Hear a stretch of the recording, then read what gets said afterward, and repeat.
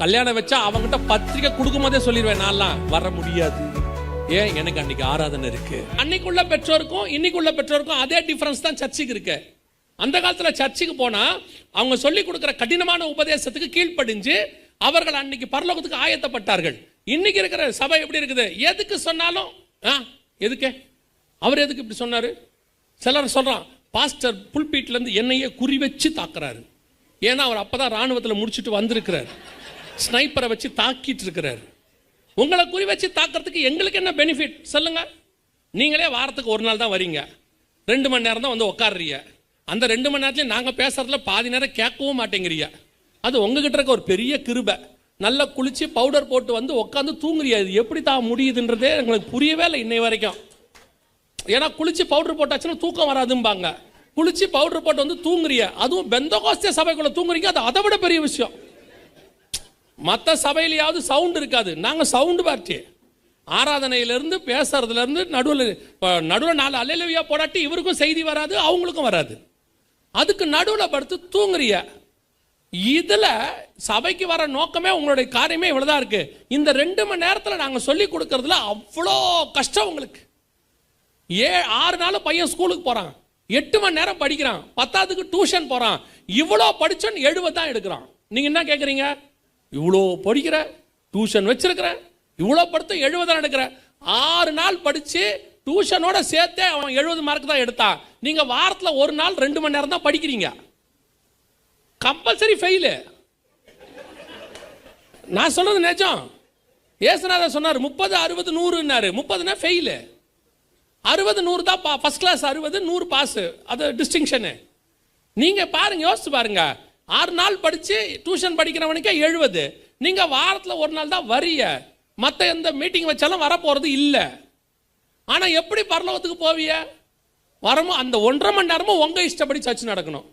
3/4 மணி நேரத்தை தாண்டி 10 நிமிஷம் பேசிட்டா போதும். பாஸ்டர் இழுத்துக்கிட்டே இருக்கார், பேசிக்கிட்டே இருக்கார். 1000 ரூபா கொடுக்குறாங்கன்னு சொன்னால் ரேஷன் கடை வாசலில் 3 மணி நேரம் நிற்க முடியுது. முடியுதா இல்லையா? குடும்பத்தோட நிற்க முடியுது. வேலைக்கு போகிற ஆளை கூப்பிடுறீங்க, ஆம்பளை கூட்டம் கம்மியாக இருக்குது, நீங்கள் வரீங்களான்னு சொல்லி. அங்கே போய் 3 மணி நேரம் நிற்க முடியுது, சர்ச்சில் வந்து 3 மணி நேரம் உட்கார முடியல உங்களால். எப்படி பரலோகத்துக்கு போவீங்க? ட்ரெயின் பிடிக்க 3/4 மணி நேரம் முன்னாடி போயிடுறீங்க, ஃப்ளைட் பிடிக்க 3 மணி நேரம் முன்னாடி போயிடுறீங்க, சர்ச்சுக்கு மட்டும் 30 நிமிஷம் லேட்டாக தான் வரீங்க. ஆமாம் தானே? சபைக்கு பையனை ஸ்கூலுக்கு ஒழுங்காக அனுப்பிடுறீங்க தானே கரெக்ட் டயத்துக்கு. அப்போ சர்ச்சு மட்டும் என்ன உங்களுக்கு அவ்வளோ கேவலம்? ஏன்னா சபையை பொறுத்த வரைக்கும் உங்களுக்கு ஒரு உதாசீனமான இடம், ஏதோ ஒரு ரிலிஜியஸ் டைட்டு, வாரத்துக்கு ஒரு நாள் போடக்கூடிய ஒரு மத இடம், ஏதோ ஒரு வழிபாட்டு ஸ்தலம். போனால் உட்காந்தோம். நிறைய பேருக்கு எதுக்கு சர்ச்சுக்கு வரீங்க தெரியுமா? கொஞ்சம் பேர் கல்யாணத்துக்கும் கல்றைக்கும் தான் வரான். போனால் பையனுக்கு அங்கே கல்யாணம், பொண்ணுக்கு கல்யாணம் பண்ணணும் பாருங்க, சர்ச்சில் வச்சு பண்ணால் தான் கௌரவமாக இருக்கும். அது எக்கேடு கேட்டு கல்யாணம் பண்ணாலும் கவலை இல்லை, நான் சர்ச்சில் பண்ணணும், அதான் அவங்களுக்கு. அதே மாதிரி சாகும்போது பாஸ்டர், அதில் வந்து ஒரு அம்மா சொல்கிறாங்க அன்றைக்கி, பாஸ்டர் என் அடக்காராதனைக்கு நீங்கள் தான் வந்து கண்டிப்பாக பண்ணணும், எங்கேயும் போயிடாதீங்க. அதோட அர்த்தம் என்ன? வருகை வந்தால் கூட அவர் போயிடக்கூடாது, இந்த அம்மாவை அமுச்சு வச்சு தான் அவர் போகணும். கல்யாணத்துக்கும் கல்றைக்கும் தான் சர்ச் வச்சுருக்கிறீங்க, மற்றபடி சபைக்கு என்ன இம்பார்ட்டன்ஸ் கொடுத்துருக்குறோம்? எந்த காலத்தை விட இந்த காலம் சபை மிக மோசமாக மதிக்கப்படுகிறது. சபையில் அன்றைக்கி அகஸ்டின் ஜெபக்குமார் அண்ணங்கிட்ட பேசிக்கிட்டு இருந்தோம் சில வருஷங்களுக்கு முன்னாடி. பேசிட்டு அண்ணன் ஒரு வார்த்தை சொன்னாங்க, தம்பி புல்பீட் மேல இருந்த மரியாதை ஜனங்களுக்கு போயிடுச்சுன்னாரு. உண்மை. சபை என்பது என்ன? உங்களை பரலோகத்துக்கு ஆயத்தம் பண்ணுகிற இடம். வசனத்துக்கு சொல்லுது, அவன் ஆலயத்துக்கு போவோம் என்ற போது மிகுந்த மன மகிழ்ச்சியாய். ஆனா இன்னைக்கு சபை எப்படி இருக்குது? ஆலயத்தை விட்டு போவோம் என்ற போது மிகுந்த மன மகிழ்ச்சியாய். சர்ச்சை விட்டு போகும்போது எவ்வளவு சந்தோஷம். இந்த என் ஆத்மாவே கர்த்தரை சோத்திரன்றதை கேட்கிற மாதிரி சந்தோஷம் உங்களுக்கு அந்த ஆராதனையில வேற ஏதாவது இருக்குதா? யோசிச்சு பாருங்க. என் ஆத்மாவே என்னும் போது ஒரு பெருமிச்சுறான். அதாவது அன்னைக்கு எல்லாம் முடிஞ்சிருச்சு அவனுக்கு. எத்தனை பேர் சர்ச்சில் உட்காந்துருக்கான். இந்த என் ஆத்மாவே கர்த்தரை சோத்திரங்கிற மாதிரி ஒரு அலாரத்தை நீங்க லைஃப்லேயே வேற எங்கேயும் பார்க்க முடியாது தெரியுமா உங்களுக்கு? காலையில் அலாரத்தை வச்சு தூங்குறீங்களே, எத்தனை பேர் அலாரத்துக்கு ஏஞ்சிருக்கீங்க? அது அடிச்சுக்கிட்டு இருக்கோம், ஊரே ஏஞ்சிரும், இவன் மட்டும் ஏந்திரிக்க மாட்டான்ல. ஆனா நீங்க யோசிச்சு பாருங்க, என் ஆத்மாவே கர்த்தரை எப்படிப்பட்டவனும் ஏந்திரிக்கிறான் பாருங்க. படுத்து அப்படி முடிக்கிறான், முடிஞ்சிருச்சா அப்படிங்கிறான். எப்பேற்பட்ட அலாரம் சர்ச்சில் அது வச்சிருக்கோம். வாருங்கள் ஆலயத்தை விட்டு போவோம் என்ற போது மிகுந்த மன மகிழ்ச்சி. இப்படியே கிளம்பி போமா தெரிச்சு ஓடுறது. சில ஆட்கள்லாம் பார்த்தீங்கன்னா கடைசி ஜபத்தில் கிளம்பிடுவான். மனைவிட்ட சொல்லி கூப்பிட்டு வர்றாரு, கடைசி ஜபத்தில் வெளியே வந்துரு, ரொம்ப கூட்டமாக இருக்கு, டிராஃபிக் ஆகிடும், கடைசி ஜபத்தில் வந்துரு. என்ன அப்படி கிழிக்க போறீங்க? வீட்டில் போய் ஞாயிற்றுக்கிழமை போட்டு வச்சிருக்கிற சிக்கன் 65 பவுடரை பொறிச்சு தின்னுட்டு தூங்க போறீங்க, அவ்வளோதானே, வேற ஒன்றும் செய்ய போறது இல்லை. அதுக்கு அவ்வளோ வேகமாக வீட்டுக்கு ஓடுறது. நான் உங்களை சொல்ல, நீங்களாம் தங்கம், நான் பேசுறது எல்லாமே சென்னைக்கு வெளியேன்னு வச்சுக்கோங்க. நிறைய பேர் பார்த்துருக்கீங்களா சர்ச்சில்? நம்ம ஸ்கூல் படிக்கும்போது இந்த ஜனகண மனகதின்னு ஒன்று பாடுவாங்க தெரியுமா? முடியும் போது நேஷனல் ஆந்தம் ஞாபகம் இருக்கா உங்களுக்கு?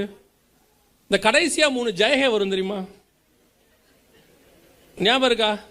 அதுக்கு என்ன பண்ணீங்க ஞாபகம் இருக்கா உங்களுக்கு? எனக்கு ஞாபகம் இருக்கு. கடைசி 3 ஜெயகேல ஜெயஹே அப்படின்னு வந்து மிலிட்டரி பேக்கை தூக்கி மாட்டுவோம். 2வது ஜெயஹே நம்ம டியூன் பாக்ஸ் பார்க்கறது இப்படி நின்றுக்கிட்டு இருப்பான். 3வது ஜெயஹேன்னு ஓடுவான் பாருங்க. எவன் ஃபர்ஸ்ட் சர்ச் அந்த ஸ்கூலை விட்டு ஓடுறோன்றதான் பார்ப்போம். என் ஆத்மாவே பேக் எடு, பேக், என் முழு உள்ளமே, என் ஆத்மாவே போயிடுச்சு. கடைசியில் பார்த்தீங்கன்னா பாஸ்டர் கைவிடப்பட்டவரை தனியா நிற்கிறாரு. அப்பள வேகமா சர்ச்சை விட்டு போய் என்ன பண்ணுவிய? என்னதான் பண்ண போறிய?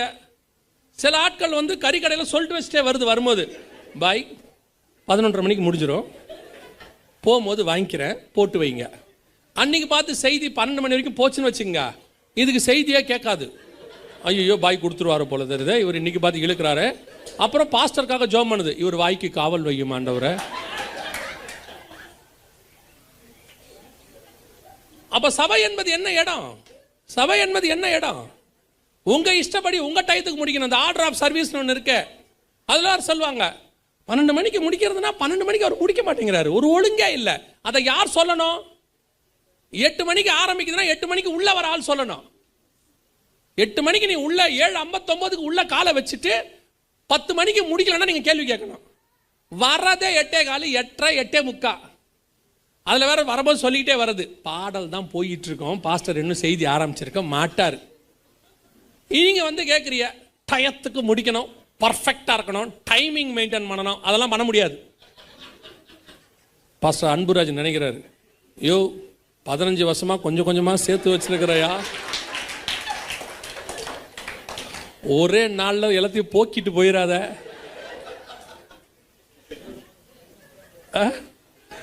அவர் நினைக்கிறார், இனி நான் உன்னை கூப்பிட்டேன் என்னன்னு மட்டும் கேளு.